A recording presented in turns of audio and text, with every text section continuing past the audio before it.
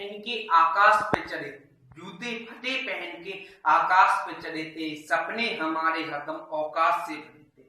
सिर काटने से पहले दुश्मन ने सिर झुकाया, जब देखा हम निहत्थे मैदान में खड़े थे। तलवार पहले टूटी फिर कट गई ये बाजू, और बावजूद इसकी हम देर तक लड़े थे, और बावजूद इसकी हम देर तक लड़े थे। नमस्कार दोस्तों, आप सभी का लर्निंग इंडिया विद एमपीके के इस सोशल प्लेटफॉर्म पर स्वागत है। दोस्तों, आज हम भारतीय संविधान की विशेषताओं को सरलतापूर्वक समझने का प्रयास करेंगे।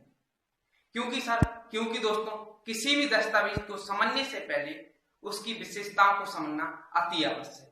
वहीं दूसरी ओर प्रतियोगी परीक्षा में इस टॉपिक से अच्छे खासे क्वेश्चन आते हैं, चाहे वह वैकल्पिक परीक्षा हो या फिर लिखित।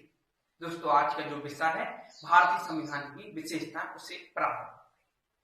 पहली विशेषता दोस्तों, अगर पहली विशेषता के रूप में देखें तो लिखित एवं विस्तृत संविधान, अर्थात भारत का संविधान दोस्तों दुनिया का सबसे बड़ा लिखित एवं विस्तृत संविधान है।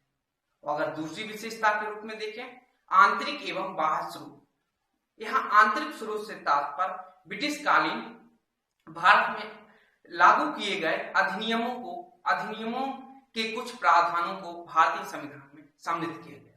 वहीं बाह्य स्रोत से तात्पर्य ब्रिटेन, अमेरिका, दक्षिण अफ्रीका, ऑस्ट्रेलिया आदि देशों के संविधान से कुछ तत्वों को भारतीय संविधान में सम्मिलित किया गया। वहीं अगर तीसरी विशेषता के रूप में देखें नम्यता एवं अनम्यता का मिश्रण।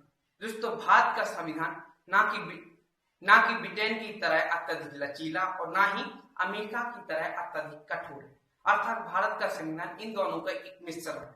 यहाँ ना ही संशोधन करने की प्रक्रिया अत्यधिक कठिन है और ना ही अत्यधिक सरल। वहीं दोस्तों चौथी विशेषता के रूप में देखें तो एकल नागरिकता।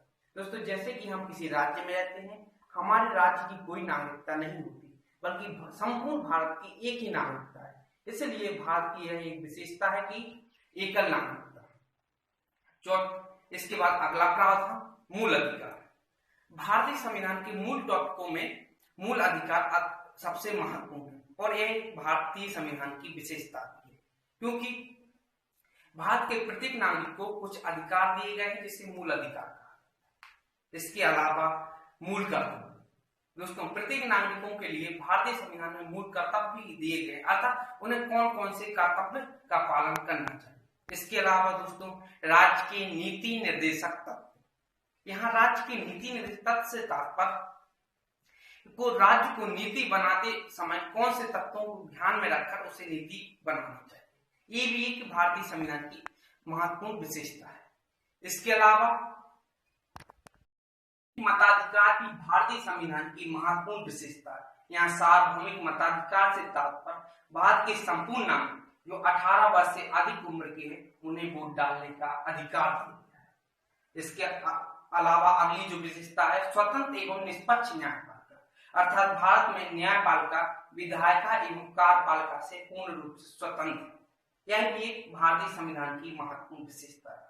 इसके अलावा संसदीय शासन प्रणाली, अर्थात भारत में जो शासन की प्रणाली है वो संसदात्मक है, अर्थात भारत में जो कार्यपालिका का निर्माण होता है वो संसद के माध्यम से। यह भी भारतीय संविधान की महत्वपूर्ण विशेषता है।